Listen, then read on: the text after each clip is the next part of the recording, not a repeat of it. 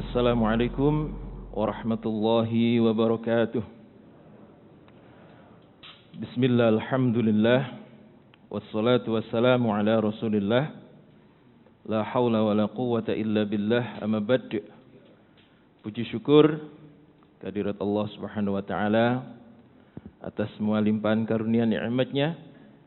Salawat serta salam mari kita selalu aturkan kepada Nabi kita Muhammad sallallahu alaihi wasallam. Para jamaah sekalian, kemarin saya mengatakan bahwa Ustadz Rafiq nanti ngisi Kamis, ternyata beliau masih di Pasuruan sekarang ya. Baik, kita lanjutkan. Di saat Abu Sufyan dengan orang yang bernama Budail bin Warqa itu berbincang-bincang tentang apa yang mereka lihat.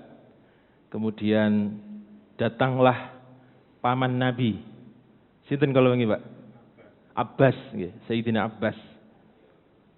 Sayyidina Abbas datang. Kemudian mengatakan, wahai Abu Sufyan, kebetulan kamu di sini.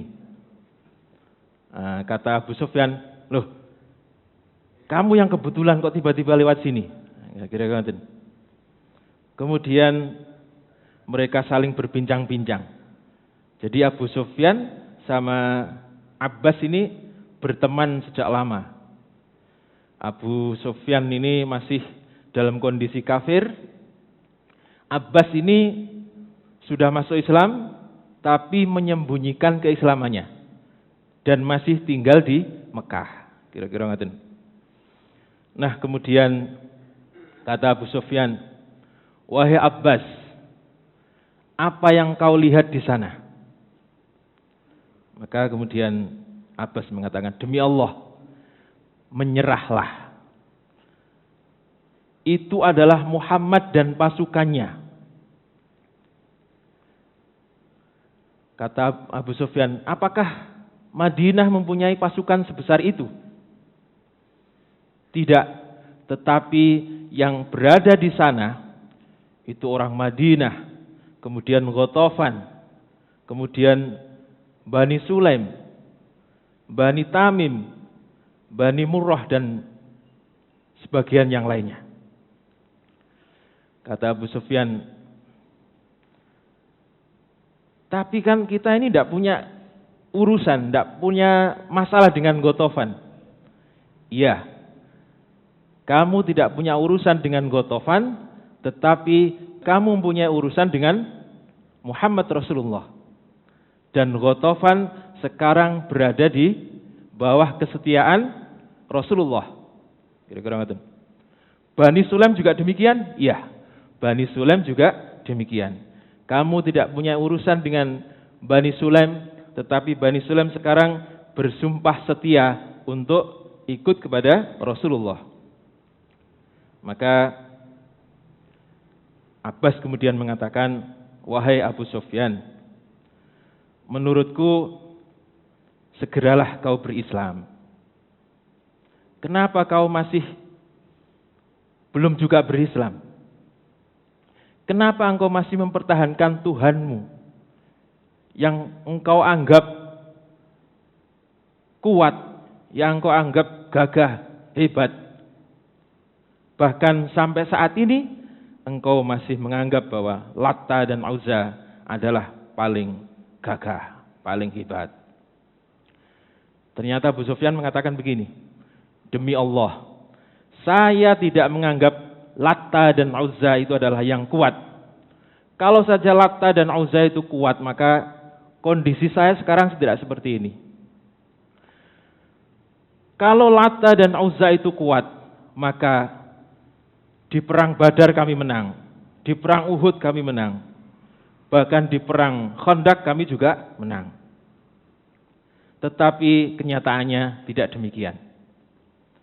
Dan ternyata Tuhan Muhammad itu lebih kuat dan lebih hebat. Ya sudah, kalau begitu berislamlah, kata Abbas. Sekarang ikut aku saja, kata Abbas. Kemana? Menghadap Rasulullah. Wow, menghadap Rasulullah. datang ke sana, habis kira-kira saya ini. Enggak, saya yang akan menjamin keamananmu, kata Abbas. Saya masih khawatir. Apalagi nanti kalau ketemu dengan Umar, bisa bahaya ini. Ya, kemarin Umar mengatakan bahwa walaupun hanya semut yang membantu saya, maka semut itu akan saya bawa untuk menyerang Makkah. Habis nanti kalau saya ketemu Umar. Enggak, saya yang menjamin.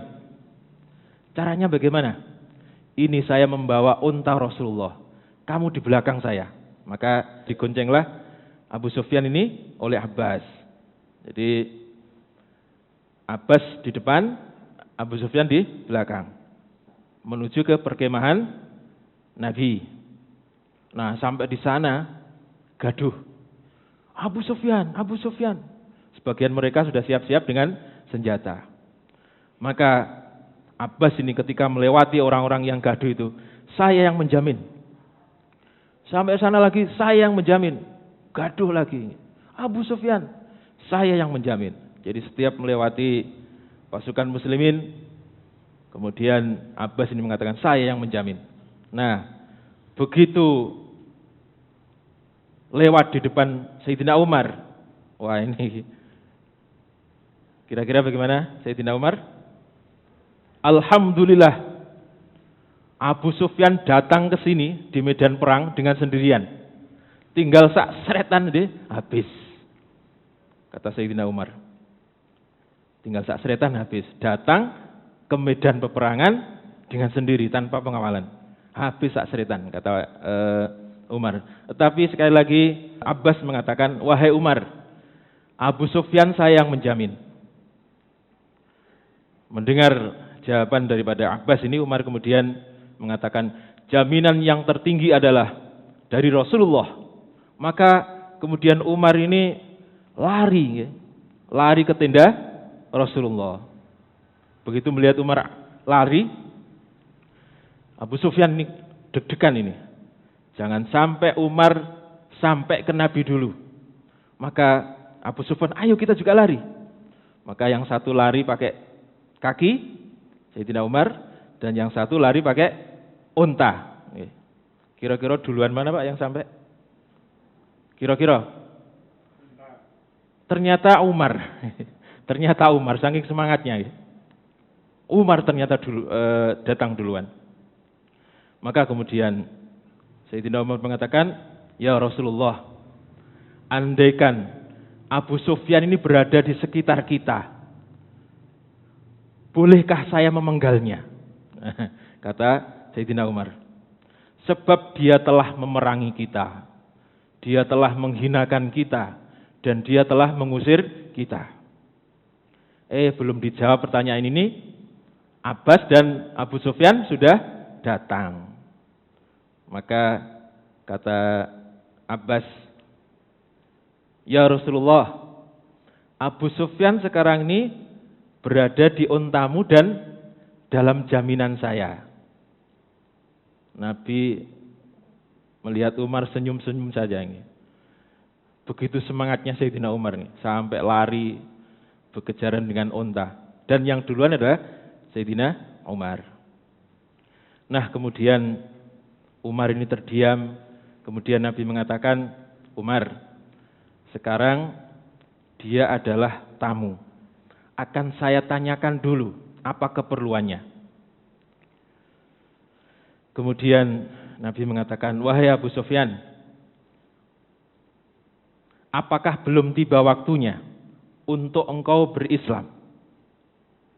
Kata Abu Sufyan, aku percaya Islam itu agama yang benar, yang telah dibawa oleh Ibrahim, kemudian Musa, Isa, dan lain-lain. Apakah engkau bersaksi bahwa Allah itu yang Maha Esa, yang Maha Kuat, yang Maha Segalanya? Ya, aku bersaksi bahwa Tuhan Allah itu adalah yang Maha Segalanya. Kalau enggak, pasti keadaan saya tidak seperti ini. Lalu apakah engkau bersaksi bahwa saya ini adalah utusan Allah? Nah, kalau itu saya masih ragu. Kalau itu saya masih ragu. Jadi posisi kepepet ini ya. Ini masih ngeyel nih. Abu Sufyan nih. Mbok yo bersaksi kan beres urusan. Tapi tidak Abu Sufyan. Ya memang dia masih ragu nih. Dalam keadaan seperti itu, pada waktu itu masih ragu. Abbas kemudian yang berada di samping Abu Sufyan ini mengatakan, celaka kau Abu Sufyan. Sudah jelas kemenangan di pihak Rasulullah. Kamu masih ngeyel. Tidak. Aku tahu bahwa Islam itu benar. Aku tahu bahwa Allah itu ada, maha kuat, maha segalanya. Tapi untuk mengakui Muhammad adalah utusan Allah, hatiku masih ragu. Kata Abu Sufyan. Hatiku masih ragu. Kemudian Nabi mengatakan, Abu Sufyan, kau kan tahu bagaimana kekuatan kami. Ya, saya tahu, kata Abu Sufyan. Dan besok kami akan datang ke Mekah untuk menaklukkan kota Mekah. Terus mau bagaimana ya Muhammad? Ya, tolong sampaikan kepada mereka, jangan ada perlawanan. Baik, akan saya sampaikan, kata Abu Sufyan. Lalu caranya bagaimana? Ya bilang saja bahwa kekuatan kaum muslimin, kekuatan Muhammad dan para sahabatnya, ini sekarang luar biasa dan tidak mungkin dilawan. Kalau dilawan pasti kalian akan tumbang. Ya katakan seperti itulah. Kira-kira ngaten. Baik, akan saya coba, kata Abu Sufyan. Nah itu di malam hari Bang. Jadi malam hari itu belum ada deal keimanan. Yang ada adalah, ya saya mengakui bahwa Islam itu benar. Saya mengakui bahwa Allah itu ada, maha kuat. Tetapi untuk mengakui engkau Muhammad sebagai utusan, saya masih ragu. Kira-kira itu yang disampaikan Abu Sufyan. Maka kemudian Abbas ini mendekat kepada Nabi dan mengatakan, ya Rasulullah, yang namanya Abu Sufyan itu suka kalau dipuji, suka kalau diagungkan. Oleh sebab itu, maka informasikan untuk besok pagi bahwa di kota Mekah nanti akan aman, damai, dan tidak ada peperangan apabila yang pertama, siapa saja yang masuk ke rumahnya Abu Sufyan, maka dia akan aman. Kemudian yang kedua, siapa saja yang masuk ke Baitullah atau Masjidil Haram, maka dia akan aman.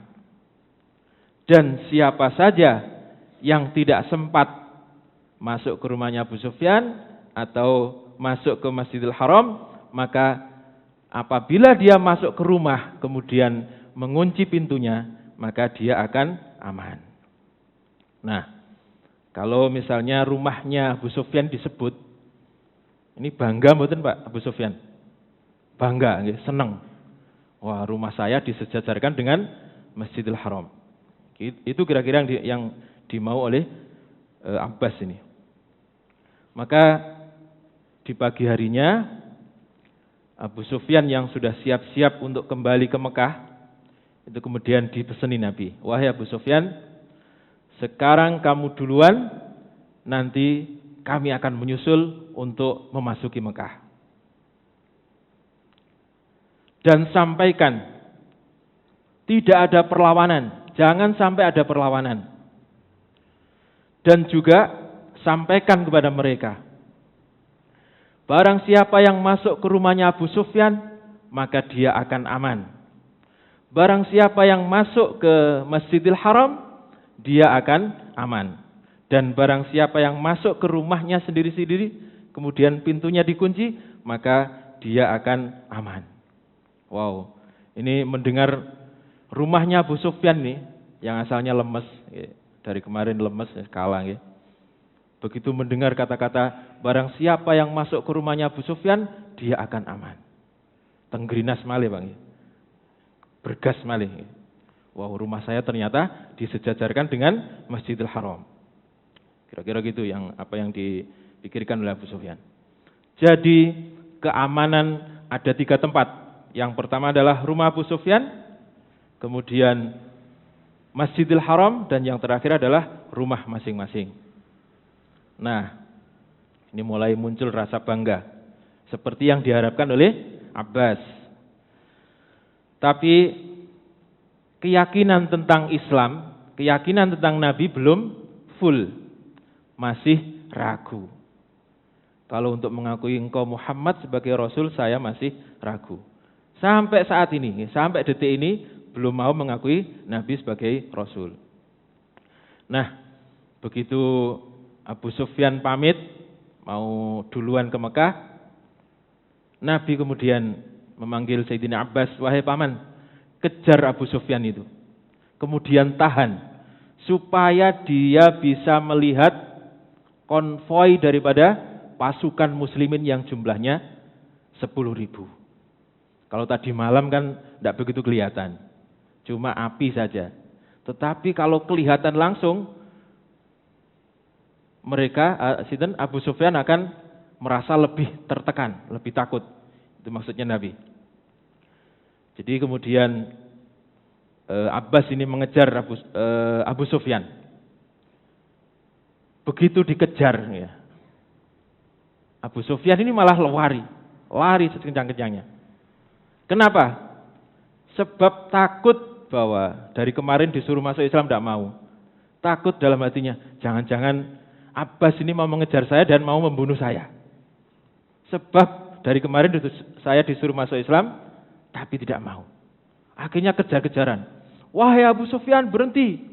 Enggak, saya tidak berhenti. Enggak, saya mau bareng sama kamu untuk ke Mekah.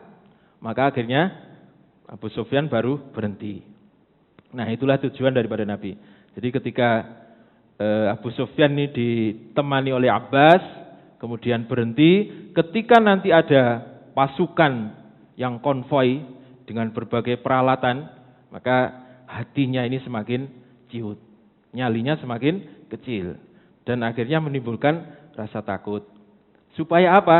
Sekali lagi, supaya tidak ada perlawanan dari penduduk Mekah. Jadi Nabi memasuki Mekah, kalau bisa jangan sampai perang. Walaupun sudah disiapkan tentara sedemikian rupa, persenjataan sedemikian rupa. Tetapi perang itu adalah jalan terakhir. Kalau bisa damai, kalau bisa mereka menyerah. Itulah yang terjadi pada saat itu.